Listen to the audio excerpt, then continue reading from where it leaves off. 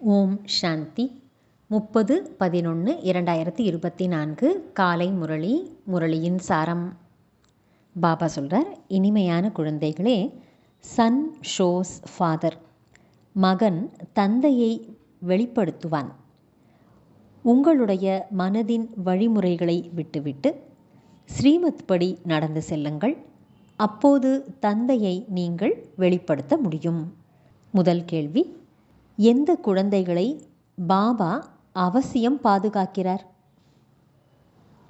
பதில், எந்த குழந்தைகள் உண்மையானவர்களாக இருக்கிறார்களோ அவர்கள் நிச்சயமாக பாதுகாக்கப்படுகிறார்கள்.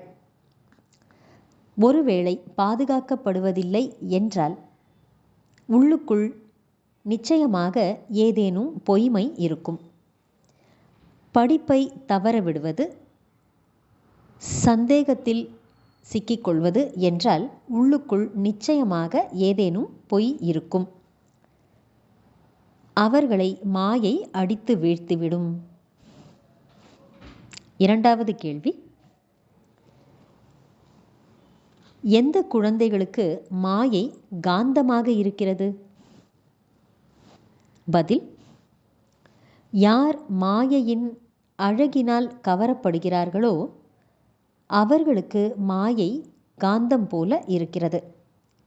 ஸ்ரீமத் படி நடக்கும் குழந்தைகள் ஒருபோதும் கவரப்பட மாட்டார்கள்.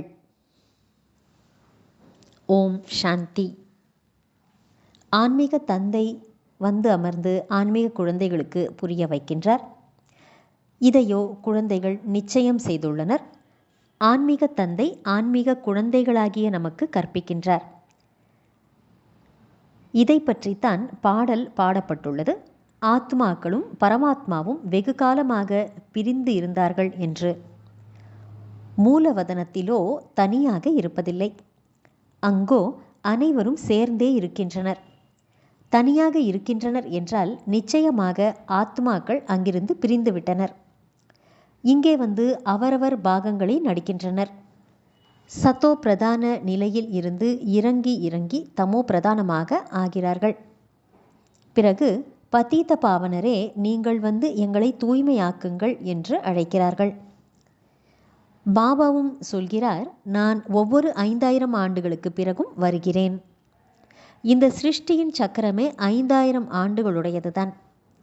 இதற்கு முன்னால் நீங்கள் இதை அறியாமல் இருந்தீர்கள். சிவபாபா புரிய வைக்கிறார் என்றால் நிச்சயமாக யாருடைய சரீரத்தின் மூலமாவது தான் புரிய வைப்பார். மேலிருந்து அசரீரி வாக்கு ஒன்றும் வருவதில்லை. சக்தி அல்லது தூண்டுதலில் எந்த ஒரு விஷயமும் நடப்பதில்லை. ஆத்மாவாகிய நீங்கள் ஒரு உடலுக்குள்ளே இருந்து கொண்டு உரையாடல் செய்கிறீர்கள். அதுபோல பாபாவும் சொல்கிறார், நானும் சரீரத்தின் மூலம் கட்டளைகளை தருகின்றேன். பிறகு அதன்படி யார் எந்த அளவுக்கு நடக்கிறார்களோ அதன் மூலம் தங்களுக்குத்தான் நன்மை செய்து கொள்கிறார்கள். ஸ்ரீமத் படி நடக்கிறார்களோ நடக்கவில்லையோ, ஆசிரியர் சொல்வதை கேட்கிறார்களோ கேட்கவில்லையோ, அவர்கள் தங்களுக்கு தாங்களே நன்மையோ தீமையோ செய்து கொள்கிறார்கள். படிக்கவில்லை என்றால் நிச்சயமாக ஃபெயிலாகி விடுவார்கள். இதையும் பாபா புரிய வைத்து கொண்டே இருக்கின்றார். சிவபாபாவிடம் ஞானத்தை கற்றுக்கொண்டு பிறகு நாம் மற்றவர்களுக்கும் கற்றுத்தர வேண்டும். தந்தை மகனை வெளிப்படுத்துவார். உலகிய தந்தையின் விஷயம் கிடையாது. இவர் ஆன்மீக தந்தை ஆவார். இதையும் நீங்கள் புரிந்து கொண்டிருக்கிறீர்கள். எந்த அளவுக்கு நாம் ஸ்ரீமத் படி நடக்கிறோமோ அந்த அளவுக்கு நாம் ஆஸ்தியை அடைவோம். முழுமையாக நடப்பவர்கள் உயர்ந்த பதவியை பெறுவார்கள். அவ்வாறு நடக்காதவர்கள் உயர்ந்த பதவி பெறமாட்டார்கள். பாபாவோ, என்னை நினைவு செய்வீர்கள் என்றால் உங்கள் பாவங்கள் நீங்கிவிடும் என்று சொல்லுகிறார். ராவண ராஜ்யத்தில் உங்களிடம் பாவங்களோ அதிகம் சேர்ந்துள்ளன. விகாரத்தின் மூலம்தான் பாவ ஆத்மாக்களாக ஆகிறார்கள். புண்ணிய ஆத்மா மற்றும் பாவ ஆத்மா என்று நிச்சயமாக உள்ளனர். புண்ணிய ஆத்மாவுக்கு முன்னால் பாவ ஆத்மாக்கள் சென்று தலை வணங்குகிறார்கள். மனிதர்களுக்கு இது தெரியாது. அதாவது புண்ணிய ஆத்மாக்களாகிய தேவதைகள்தான் பிறகு மறுபிறவி எடுத்தெடுத்து பாவ ஆத்மாக்கள் ஆகிறார்கள். இவர்கள் சதா புண்ணிய ஆத்மாவாக இருப்பவர்கள் என்று மற்றவர்கள் நினைக்கிறார்கள். பாபா புரிய வைக்கிறார், மறுபிறவி எடுத்து எடுத்தே சத்தோ பிரதான நிலையில் இருந்து தமோ பிரதான நிலையை அடைகிறார்கள். எப்போது முற்றிலும் பாவ ஆத்மாவாக ஆகிவிடுவார்களோ பிறகு தந்தையை அழைக்கிறார்கள்.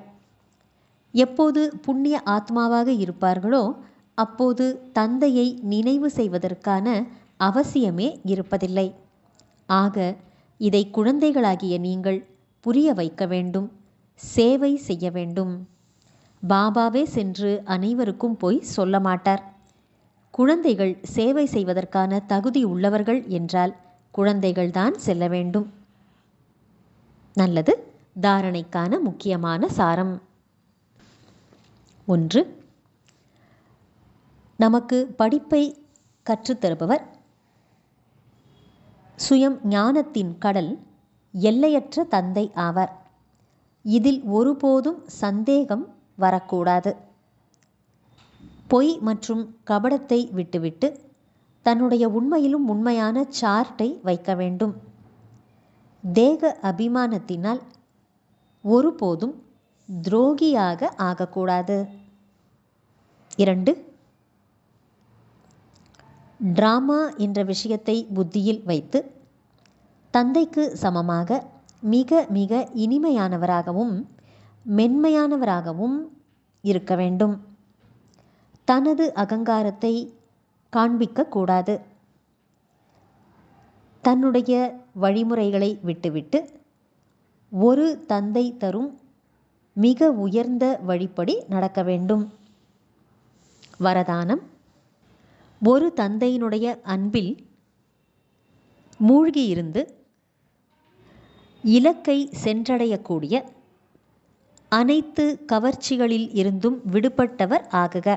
விளக்கம். பாப்தாதா குழந்தைகளை தங்களுடைய அன்பு மற்றும் சகயோகம் என்ற மடியில் அமர வைத்து இலக்கினை நோக்கி அழைத்து சென்று கொண்டிருக்கின்றார். இந்த மார்க்கம், அதாவது இந்த ஞான மார்க்கம் கடின உழைப்புக்கானது அல்ல. ஆனால் எப்பொழுது நெடுஞ்சாலையில் செல்வதற்கு பதிலாக சந்து பொந்துகளில் நீங்கள் செல்வீர்களோ அல்லது செல்ல வேண்டிய இலக்கை கடந்து முன்னால் சென்று விடுகிறீர்களோ அப்பொழுது திரும்பி வருவதற்காக மீண்டும் கடினமாக உழைக்க வேண்டி உள்ளது. இத்தகைய உழைப்பில் இருந்து தப்பிப்பதற்கான சாதனம் என்னவென்றால், ஒருவருடைய அன்பில் மூழ்கியிருங்கள். ஒரு தந்தையின் அன்பில் மூழ்கி ஒவ்வொரு காரியத்தையும் நீங்கள் செய்யுங்கள். அப்பொழுது உங்கள் பார்வைக்கு வேறு எதுவுமே தென்படாது. இவ்வாறு நீங்கள் அனைத்து கவர்ச்சியில் இருந்தும் விடுபட்டவர் ஆகிவிடுவீர்கள். ஸ்லோகன். தன்னுடைய அதிர்ஷ்டத்தின் அனுபவத்தை தங்கள் முகம் மற்றும் நடத்தையின் மூலம் செய்ய வையுங்கள். நல்லது. இனிமையிலும் இனிமையான, வெகு காலம் கழித்து காணாமல் போய் மீண்டும் தேடி கண்டெடுக்கப்பட்டுள்ள செல்லமான குழந்தைகளுக்கு தாயும் தந்தையுமான பாப்தாதாவின் அன்பான நினைவுகள் மற்றும் காலை வணக்கம். ஆன்மீக குழந்தைகளுக்கு ஆன்மீக தந்தையின் நமஸ்காரம். ஆன்மீக தந்தைக்கு ஆன்மீக குழந்தைகளின் நமஸ்காரம். ஓம் சாந்தி.